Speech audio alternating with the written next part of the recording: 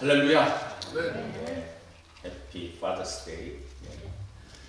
데이. 워싱턴 포스트에서 프린스턴 대학교와 하버드대 공동 인구 통계 분석 결과를 인용해서 2010년 기준으로 싱글맘 가정이 지난 50년간 2배로 증가를 했다고 해요.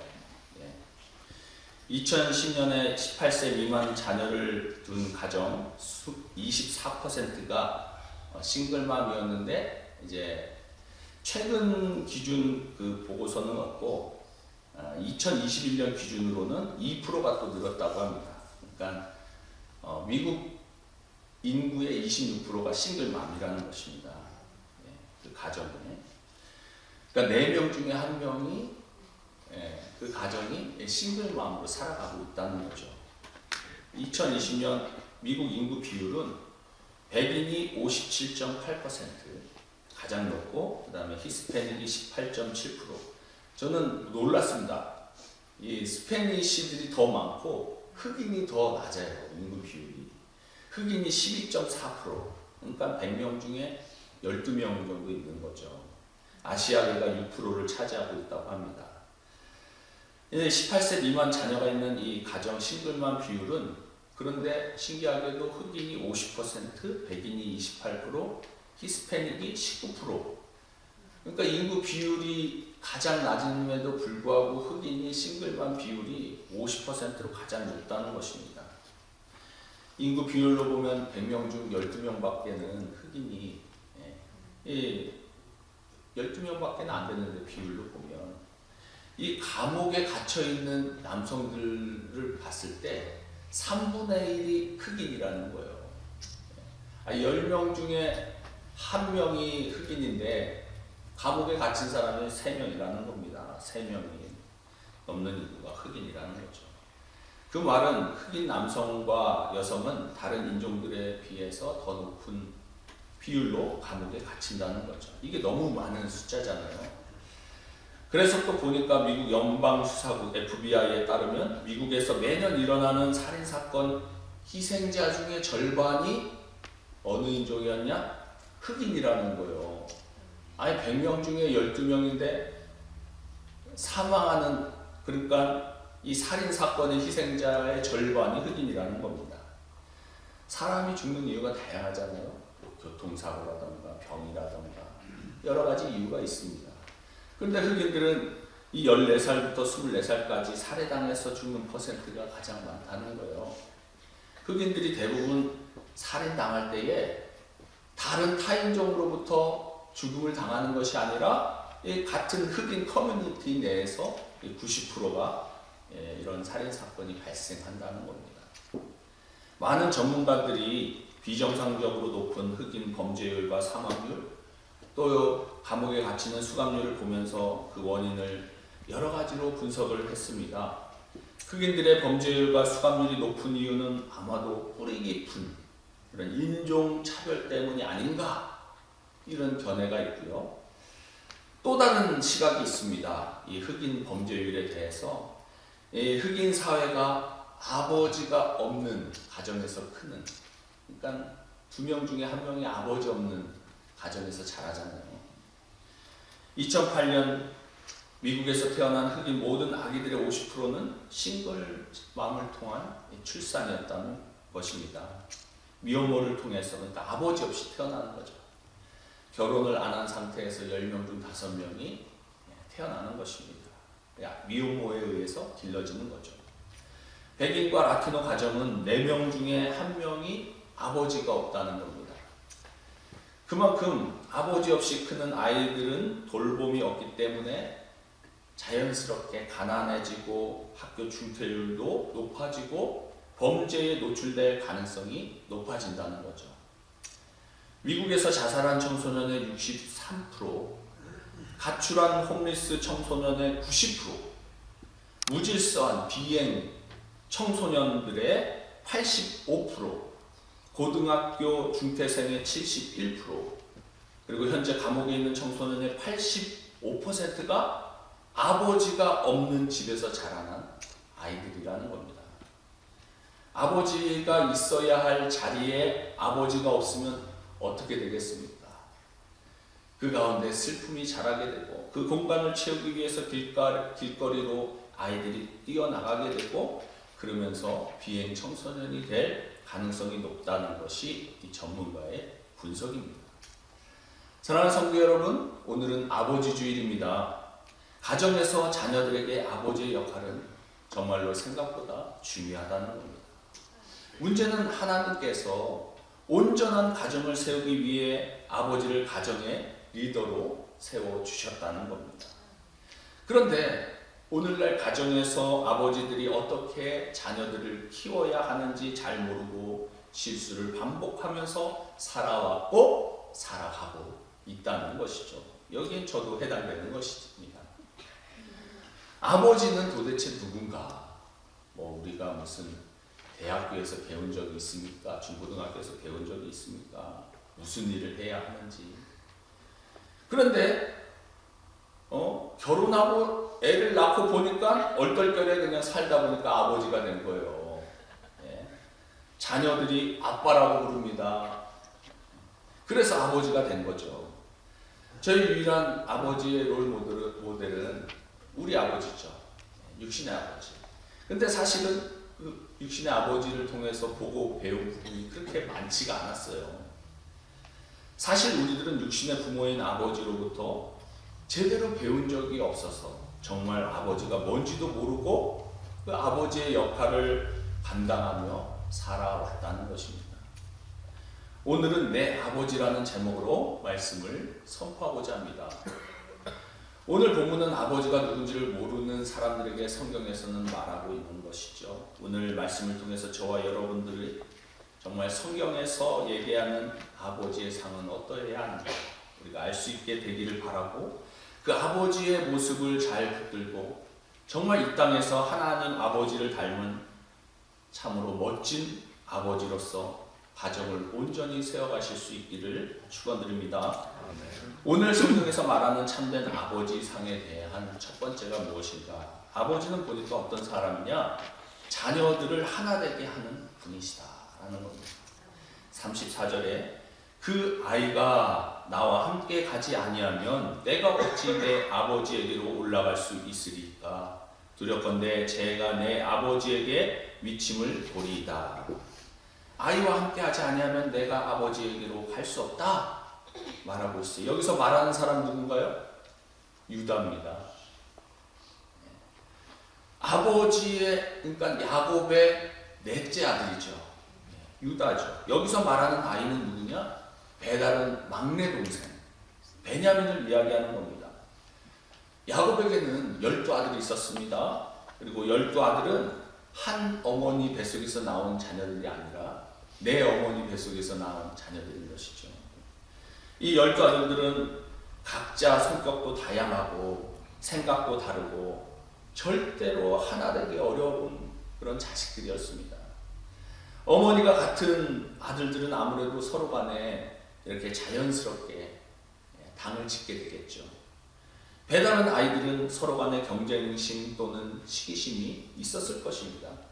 오늘 본문에 나오는 이 야곱의 아들 유다와 또 배다른 아들인 베냐민은 서로 가깝다고 할 수 없는 거죠. 왜냐하면 레아와 실과는 서로 자매임에도 불구하고 얼마나 남편을 두고 싸웠습니까?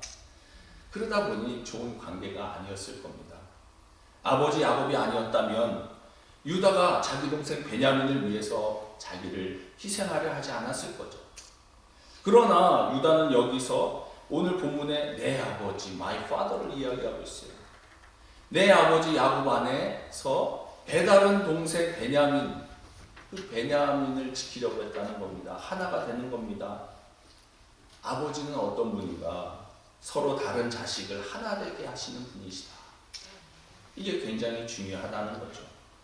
아버지의 역할 중에 아주 중요한 역할은 결국 자녀들을 하나 되게 하는 그 역할, 그것이 아버지의 역할인 겁니다. 누가복음 15장에 탕자의 비유가 나오죠. 큰 아들과 작은 아들은 서로 사이가 좋지 못했던 것 같아요. 큰 아들은 늘 아버지의 재산을 두고 가지고 집을 나간 이 동생이 못마땅한 거죠. 아마 아버지가 아니었다면 큰아들은 절대로 둘째 동생, 자기 동생을 받아들이지 않았을 것입니다. 왜요? 아버지 재산을 허랑방탕하게 그냥 가지고 나가서 마음대로 써버리고 그런 동생을 뭐하러 받아주냐는 거죠. 그러나 아버지가 받아들이니까 어떻게 됩니까? 큰아들과 작은아들이 아버지 집에서 하나가 되어 살아가는 거죠. 아버지라는 존재는 서로 다른 자식들을 하나 되게 하시는 분이라는 겁니다. 저는 저와 여러분들이 이 아버지의 역할을 잘 알 수 있게 되기를 바랍니다. 자식을 여럿 낳는 것이 중요한 것이 아니라 우리가 눈을 감을 때까지, 하늘나라 갈 때까지 자식을 하나 되게 하는 역할을 우리가 해야 된다는 거예요. 이게 아버지가 해야 될 아주 소중한 역할이라는 겁니다. 왜냐하면 우리 하늘 아버지가 그 역할을 하셨거든요. 신약성경 에베소서 2장에 보면 사도 바울이 이방인들을 향해서 이렇게 외칩니다. 에베소서 2장 12절 13절에 그때에 너희는 그리스도 밖에 있었고 이스라엘 나라 밖에 사람이라 약속의 언약들에 대하여는 외인이요 세상에서 소망이 없고 하나님도 없는 자이더니 이제는 전에 멀리 있던 너희가 그리스도 예수 안에서 그리스도의 피로 가까워졌느니라. 이방인으로 살던 너희들이 예수 그리스도의 보혈로 하나가 되었다는 것입니다. 다른 민족이 하나가 된 것입니다. 계속 이야기하죠. 에베소서 2장 16절 19절 또 십자가로 이 둘을 한 몸으로 하나님과 화목하게 하려 하심이라 원수된 것을 십자가로 소멸하시고 또 오셔서 먼 데 있는 너희에게 평안을 전하시고 가까운 데 있는 자들에게 평안을 전하셨으니 이는 그로 말미암아 우리 둘이 한 성령 안에서 아버지께 나아감을 얻게 하려 하심이라. 그러므로 이제부터 너희는 외인도 아니요 나그네도 아니요 오직 성도들과 동일한 시민이요 하나님의 권속이라. 하나님의 권속이라 무슨 뜻입니까? 하나님의 가족이다. 이 말씀입니다. 우리 하늘 아버지도 세상 모든 사람들이 예수 그리스도의 십자가 아래서 원수가 되지 아니하게 하시고 하나가 되게 하시고 하나님의 가족이 되게 하시고 이것이 다 하늘 아버지의 역할인 것입니다. 그러니까 이 세상에 하나님께서 아버지를 두신 것은 이 아버지를 통해 원수된 것을 무너뜨리고 하나가 되게 하시는 것. 그게 아버지의 역할이라는 겁니다. 아버지 안에서 서로 다른 자식들이 하나가 되어 가정을 이루게 되는 것이죠. 아버지는 서로 다른 자식들이 하나 되게 하시는 분이십니다. 이 말씀을 우리가 기억해야 한다는 거예요. 언제 어디서나 하나 되게 하는 존귀한 일에 앞장설 수 있는 아버지들 다 되시길 바랍니다. 두 번째 아버지는 어떤 분이신가? 공급자이시다. 다른 말로 가족을 먹여 살리는 분이다. 사실 나 혼자 먹고 살기 힘든 이 세상에서 딸린 식구들을 먹이려고 입히려고 살리려고 하는 일들이 어디 쉽겠습니까? 가족을 부양한다는 말이 말처럼 그리 간단한 게 아니죠. 많은 땀과 눈물, 희생이 필요하다는 것입니다. 때로는 생활비를 벌기 위해서, 때로는 학비를 벌기 위해서, 교육비를 벌기 위해서 정말 아버지는 자존감을 버리고 일을 해야 된다는 거야. 너 그러면 나오지 마 이래도 꿋꿋이 나가야 되는 게 아버지라는 겁니다. 자존심을 버리고 일하는 사람, 그 사람이 아버지죠. 때로는 목숨이 위험한 일도 감당해야 합니다. 왜냐하면 가족들을 먹이고 살리는 일을 감당해야 하기 때문이죠. 그런 사명이 있기 때문입니다. 그래서 어떤 희생을 무릅쓰고서라도 자식, 가족, 이런 자기 자식을 이렇게 먹여 살리기 위한 이 삶을 헌신하는 분이 바로 이 아버지인 것이죠.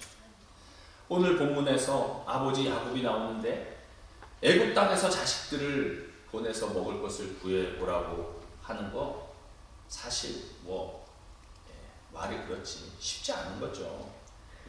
본인이 가면 되지 왜 그럼 자식들을 보내느냐? 이 당시 야곱의 나이가 몇 세인 줄 아세요? 130세예요. 130세 그 애국으로 곡식 들고 나른다고 생각해 보세요. 가당이나 하겠습니까? 굉장히 어려운 거죠. 그러니까 이 노년에, 그죠? 이 자식들도 다 커고 손주들도 다 컸을 텐데 그런 상황에서 자식들을 보내는 것이 굉장히 걱정이 많지 않았겠습니까? 아버지로서. 하지만 아버지는 어떤 책임감을 가지고 있느냐면 자식들을 먹여야 하는 책임감이 있다는 것입니다. 그게 아버지의 삶이기 때문에 이 흉년으로 인해서 더 이상 먹을 것이 없으니까 이 애굽에 가니까 먹을 것이 구할 수 있다는 얘기를 듣고 보내는 겁니다. 자식들이 어떻게 먹고는 잘 사는가? 이것을 늘 이 가장은 생각해야 되는 것이죠. 근데 먹을 게 없으니까, 먹고 살 게 없으니까, 그러니까 어쩔 수 없이 자기 자존심을 내려놓고 애굽으로 사실은 자녀들을 보내면 안 됩니다. 왜 그럴까요? 그들이 처음에 곡식을 구해올 때 그랬거든요. 너희가 스파인지 아닌지 너 막내 동생 베냐민을 데려와라. 올 때 꼭 데려와라. 그러면 너희들이 스파이가 아닌지 알겠다. 그랬거든요. 이 말은 무슨 말이에요? 다음에 올 때는 베냐민 데려와라는 거예요. 그러니까 사랑하는 아들 베냐민을 목숨을 담보로 그곳에 가서 먹을 것을 구해 오라고 허락을 해야 되는 겁니다. 아버지로서. 베냐민은 막내 아들로서 아버지가 정말 사랑하는 아들 아닙니까? 이 아들까지 데려가서 문제가 되면 이 아버지는 정말로 살 희망이 없어지는 거죠. 그러나 먹고 살기 위해서 어쩔 수 없잖아요. 가족 굶어 죽게 내버려 둘 수 있습니까? 베냐민을 어쩔 수 없이 딸려 보내는 거죠. 엄청난 희생인 겁니다. 그런데 아버지는 누굽니까? 공급자, 프로바이더예요. 가족들을 먹여 살릴 책임이 있는 거죠. 예전에 이 한국에서 남자들은 무조건 밖에 나가서 일을 해야 된다 이런 얘기가 있었습니다. 이게 뭐냐면 억지로라도 밖에 나가서 가족들을 먹여 살려야 된다라는 뜻이죠. 왜냐하면 하나님께서 아버지에게 주신 사명이기 때문에 그렇다는 겁니다. 사실 아버지 없는 흑인 사회의 범죄율이 높은 이유는 이 경제적인 부분도 큰 거죠. 어머니 혼자 벌어서 자식을 양육한다는 것이 어디 쉽습니까? 항상 물질적인 여유가 없겠죠. 그러니까 자녀 교육에 소홀할 수밖에 없는 거죠. 자녀들의 공부를 봐줄 수가 있습니까? 갔다 오면 피곤한데. 그러니까 소홀할 수밖에 없는 거죠.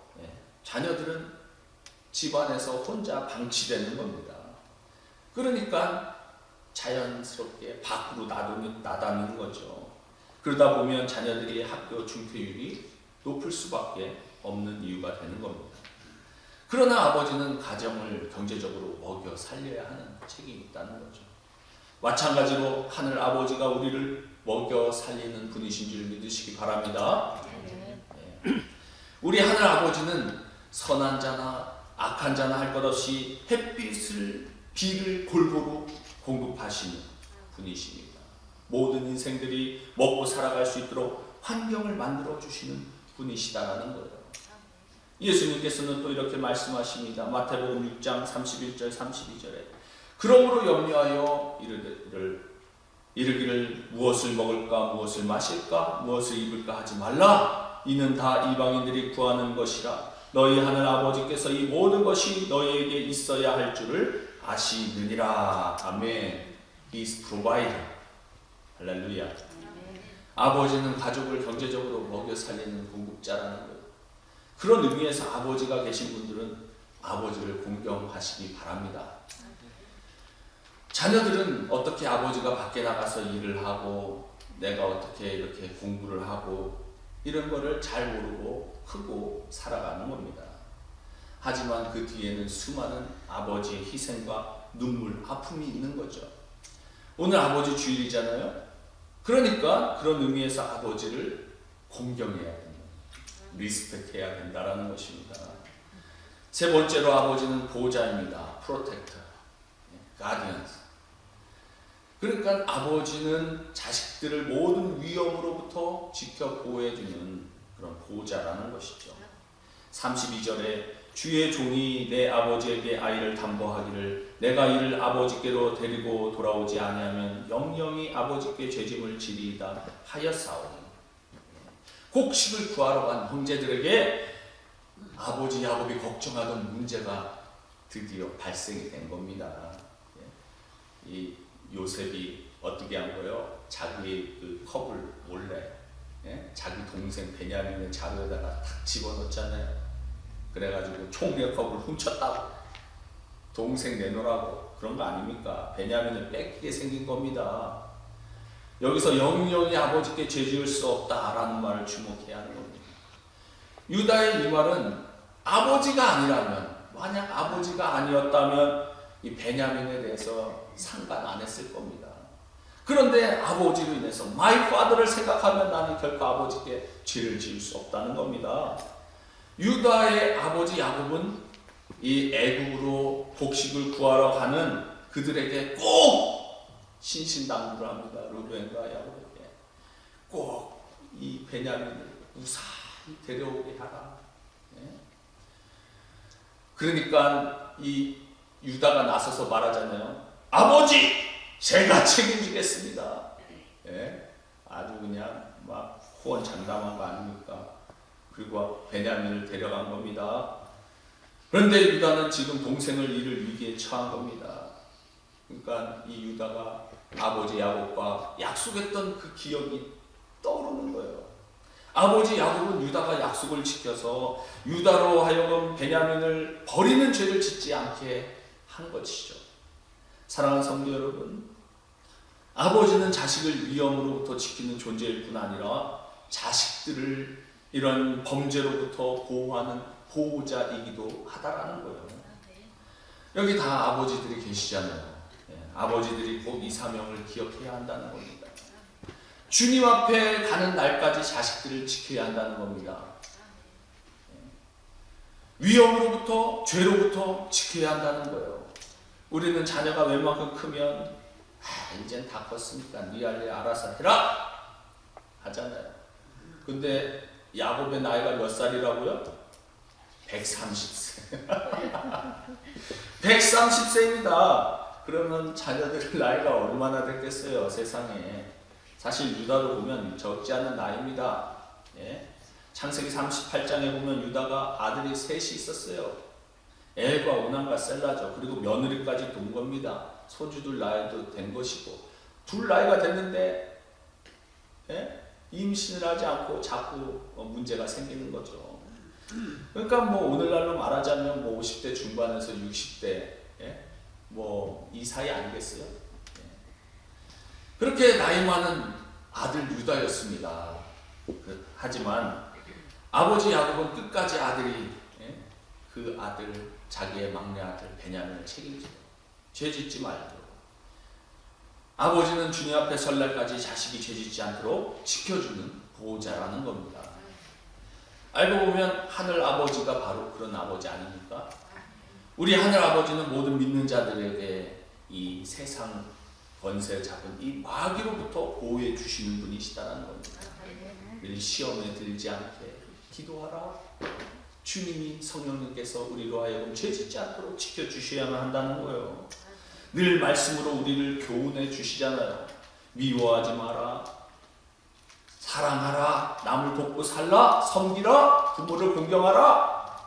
하늘아버지의 말씀으로 우리를 깨닫게 하시는 겁니다. 죄짓지 말라고. 그래서 우리가 하나님을 아버지로 섬기는 거 아닙니까? 그러면 우리가 10번 미워할 거 5번 미워하게 되고, 뭐 여러 가지 중독된 거, 뭐 술, 담배, 하지 말라. 뭐 이 얘기 누가 합니까, 세상에? 그죠? 만약에 세상에 다른 사람이 누가 이런 얘기한다고 생각해 보십시오. 뭐라고 하겠어요? 내 나이가 몇인데 네가 나한테 뭐라고 해? 그러지 않겠냐는 거예요. 감히 누가 우리들한테 얘기하겠습니까? 그런 얘기를. 누가 이리라 저리라 하겠냐는 거예요. 그런데 세상 누구도 그런 얘기를 못하는데 교회에 오면 하늘아버지가 깨닫게 하시는 거예요. 말씀으로 깨닫게 하시는 겁니다. 왜 그래요? 하늘 아버지니까. 예.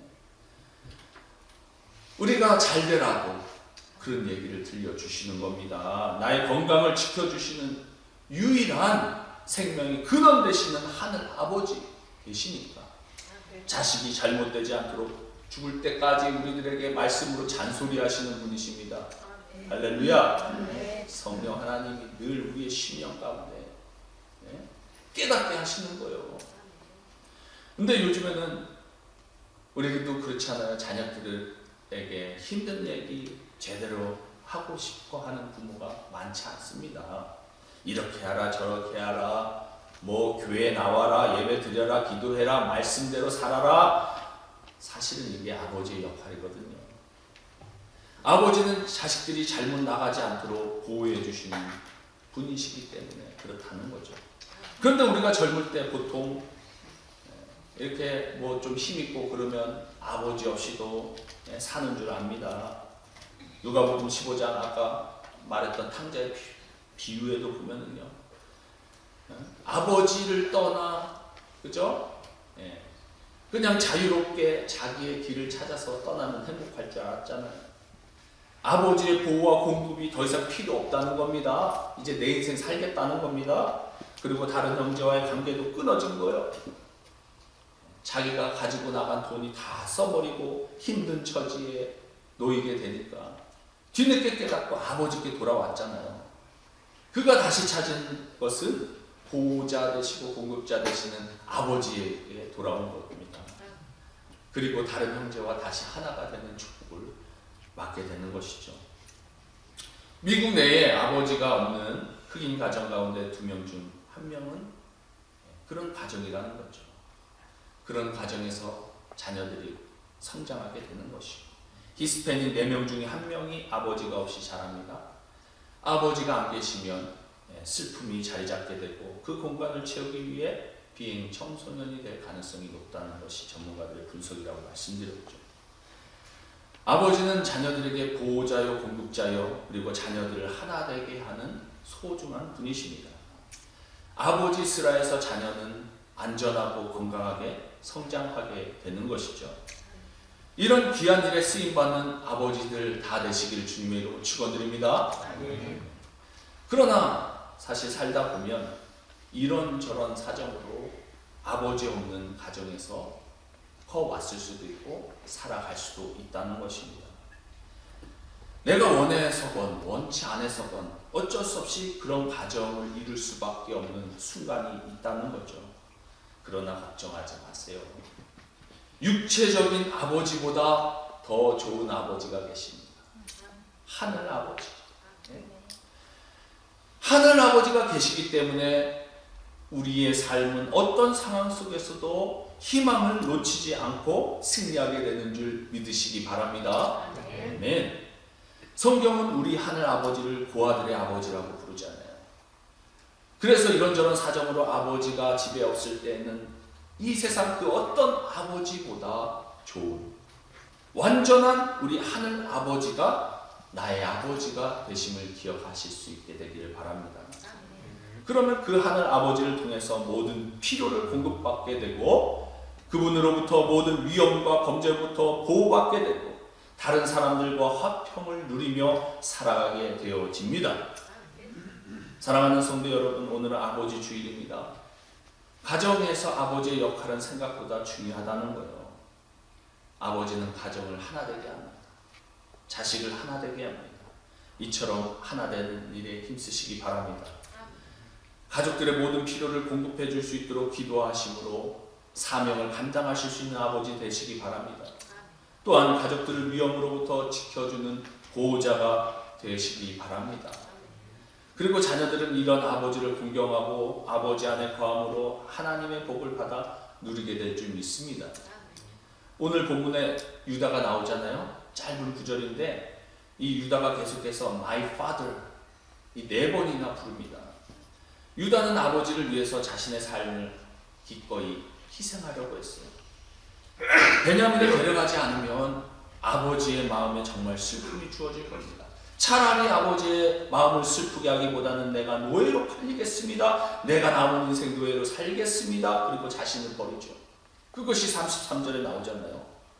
이제 주의 종으로 그 아이를 대신하여 머물러 있어 내 주의 종이 되게 하시고 그 아이는 그의 형제들과 함께 올려 보내소서. 이 유다의 이 말에 요셉이 눈물을 흘린 거예요. 예? 아, 형이 이렇게 바뀌었구나. 하나밖에 없는 동생을 저렇게 아끼다니. 예? 그러면서 마음을 확 돌아선 거 아닙니까? 더구나 이 아버지 야곱에게 있어서 얼마나 귀한 효심입니까? 나중에 이 얘기를 야곱이 몰랐겠습니까? 알았겠죠. 야곱이 얼마나 기분이 좋았을까요? 유다가 나를 위해서 자신을 희생하려 하였구나. 야곱이 너무나 고마웠을 겁니다. 나이 많은 야곱이 뭐 해줄 수 있겠어요? 해줄 것도 없잖아요. 나이가 130세가 돼가지고. 그러나 하늘 아버지가 보신다. 할렐루야. 하늘 아버지가 감동하시는 겁니다. 육신의 아버지 야곱이 축복을 주지 못했지만 하나님께서 이 유다를 축복하는 것이에요. 그리하여 나중에 유다가 어떻게 됩니까? 유다가 이스라엘을 다스리는 왕족 가문이 되는 거예요. 메시아의 가문이 되는 것입니다. 할렐루야. 오늘날 유대인이라고 부르잖아요. 유대인을 뭐라고 부르까? 주스 이렇게 부릅니다. 유대인이라고 하는 말은 그러니까 유다의 후손이라는 거예요. 유다 족속의 후손이라는 거예요. 남유다가 결국에 그 정통성을 가졌잖아요. 그리고 거기로부터 예수님이 오셨잖아요. 유다의 혈통을 통해서 다윗이 나오고 예수님이 오셨습니다. 하나님께서는 아버지를 공경하는 자녀를 통해서 반드시 축복해 주시는 줄 믿으시기 바랍니다. 아멘. 할렐루야. 아멘. 오늘 아버지 주일입니다. 오늘 아버지 주일에 가정을 하나 되게 하고 공급자로 또한 보호자로 수고하신 우리 모든 아버지들께 감사하실 수 있는 저와 여러분들 다 되시기 바랍니다. 무엇보다 중요한 것은 우리를 하나 되게 하고 우리의 필요를 언제나 채워주시고 우리를 시험과 악에서 지켜 보호해 주시는 하늘 아버지에게 감사하실 수 있기를 바랍니다. 아멘. 그 하늘 아버지를 더욱더 사랑하고 존경하시고 그 하늘 아버지를 본받아 좋은 아버지로서 가정을 온전케 하는 데 쓰임받는 우리 모든 남성들 다 되실 수 있기를 주님의 이름으로 축원드립니다.